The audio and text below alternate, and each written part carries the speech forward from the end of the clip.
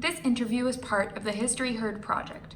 The content of this interview may be used for historical research. However, no part of the video itself may be reproduced without the expressed written permission of an authorized representative of History Heard or Oswaldo Antunes Maciel.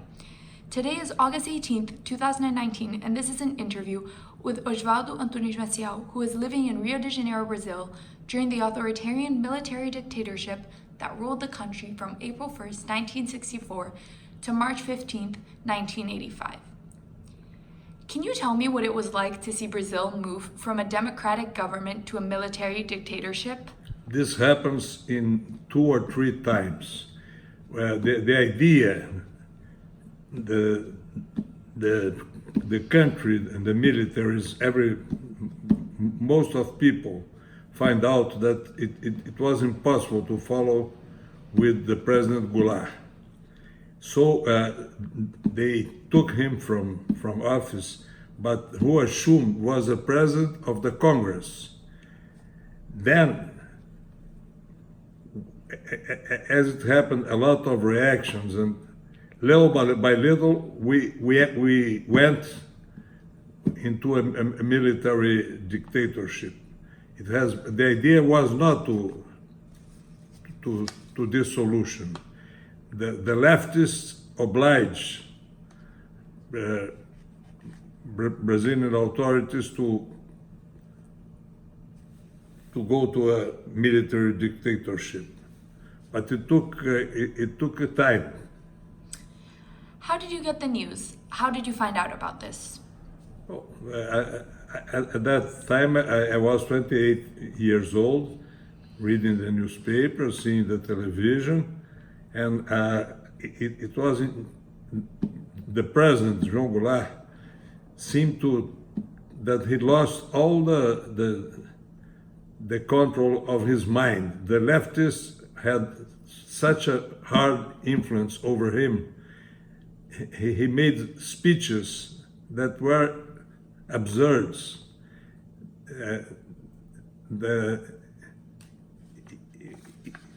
It was incredible that the president could say things that he said in 2 speeches. He was at the base of the military structure of a country, is discipline, and he was encouraging sergeants to disobey the officials. And the leftist syndicates were gaining power. It was upset all the country. And do you remember exactly what you were doing when you got the news? No, I remember very well my reaction. Mm-hmm. Even I was neither a politician, and even I was in favor in the beginning of the government. I was in favor of João Goulart because they have considered not giving him the presidency, because he was the vice president of a president that renounced. And but at that time I considered that he deserved to be the president, but he had been completely involved by the leftists.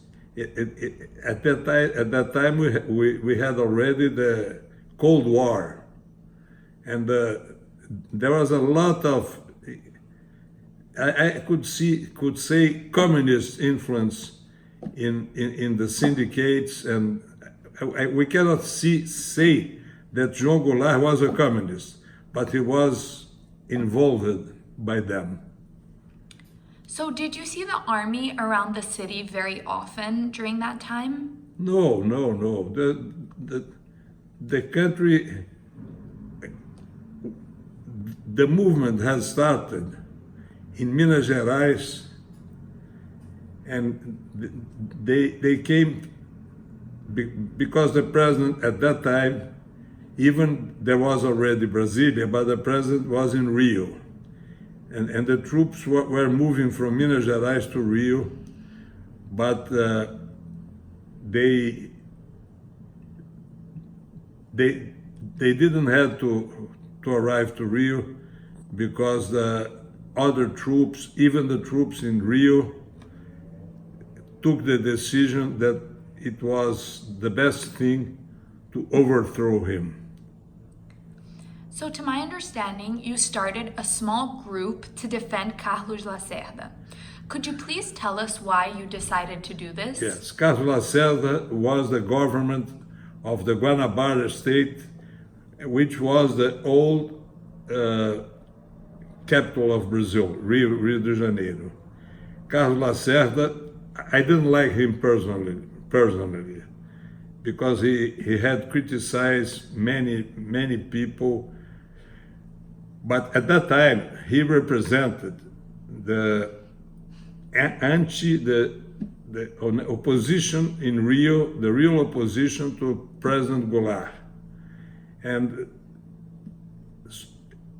we expected, everybody expected that the army troops in Rio could, under orders of President Goulart, would attack the palace of the governor of Guanabara, Carlos Lacerda.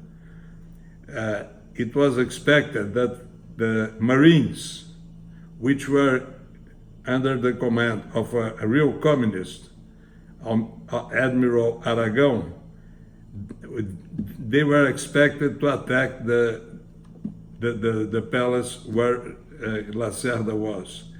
And I felt myself, even I was neither politician nor, but I felt that somebody had to react.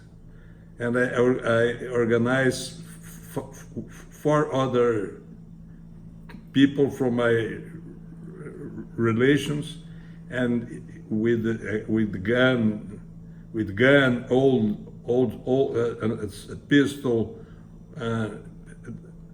We took a cab and went to the palace. They didn't want to let us enter there because they didn't know whether we could be spies, we could be enemies, infiltrators, but they saw that our courage, and finally they allowed us to enter, not inside the palace, but very near.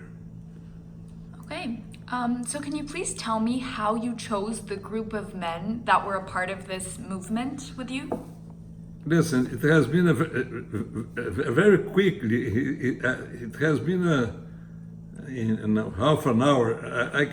I called parents, people that I knew that would have courage to go, and that were also against João Goulart. So they were not really parents, but parents by marriage of my sister, and one was my cousin.